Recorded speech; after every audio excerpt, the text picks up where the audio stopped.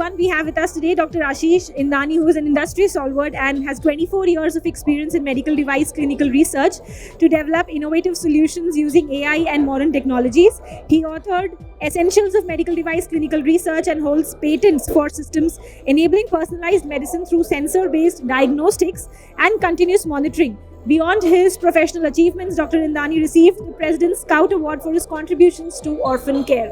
So, thank you for being a part of this research summit. And how do you feel being a recipient of the award?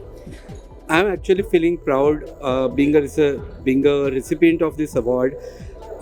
Primarily, I have been a person who kept raising the objections about multiple malpractices at the industry, and I have objected on government, I have objected on the IMA, I have objected on many other organizations. So I never thought I'll be receiving an award in my life.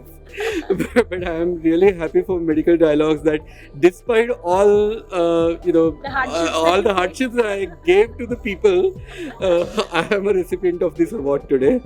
Great. That indeed is I think an incredible feeling altogether. So, any message that you would want to give out to our viewers about how medical research should be incorporated on a daily basis?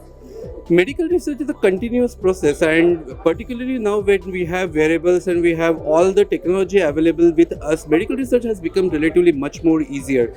But what my younger colleagues they need to keep in mind is, if we are making a research, we should be focused on some real life problem. So I always give an example that it should not be 4 legs cut off the frog, and if it doesn't jump, we conclude that it got deaf. So that should not be our conclusion from the research. The conclusion should be the real world conclusion, the real world problem, and the real world solution between this problem and the conclusion. And therefore, when we are doing a research, we need to follow the real scientific practices, and we need to also give the solution that can be implemented on the ground, that should benefit the society, and that should make the healthcare better day by day. Very true, very well said, sir. Research is definitely, as I mentioned, it's a baseline, and as it goes beyond, it will definitely go a long way, and it's going to help the healthcare professional, healthcare body develop more and more in the future. Yes, definitely, because healthcare is something that doesn't come by knocking the door. Healthcare is something that always comes as an emergency. That emergency may be of different magnitude. Sometimes that emergency may be a fever, sometimes that emergency may be a cardiac arrest. It can take something from the wages to well-being or well-being to life. It can cost anything, and therefore the healthcare researchers gives us the insight of how to handle different scenarios and how to handle those scenarios on a what if basis. What if I have all equipment and I can treat a I can treat a cardiac arrest, or whether I have, what if I don't have anything and I have to keep the patient alive on CPR.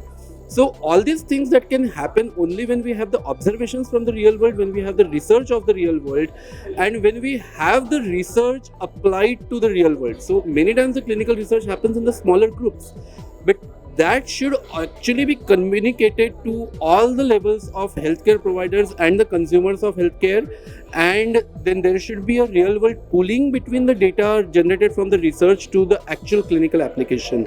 And when that happens, then only there is a success of research. Otherwise, just I see more than 20,000 theses published every year in India. Nothing of that actually comes on the ground. Quality research is lacking, and that is something which we need to really promote.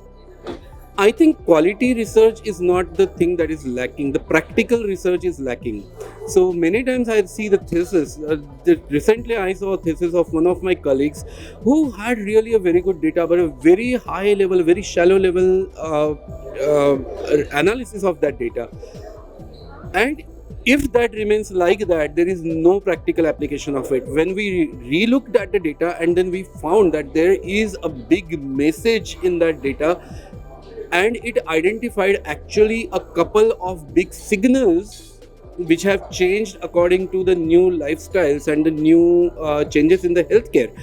And if this kind of problems are not properly communicated, if this kind of changes are not properly led to the practice, then we are 20 years behind. Another thing that I always say of India is, unfortunately, despite being a big country, we are always followers of the West. I always kept debating on the vitamin D levels that the people were speaking a few years ago, that the vitamin D level below a particular level, that's a warning sign. And I said this doesn't apply to India, because in India the vitamin D levels are bound to be lower because we are not deprived of vitamin D. We always keep getting with the bright sunlight that we have all the time.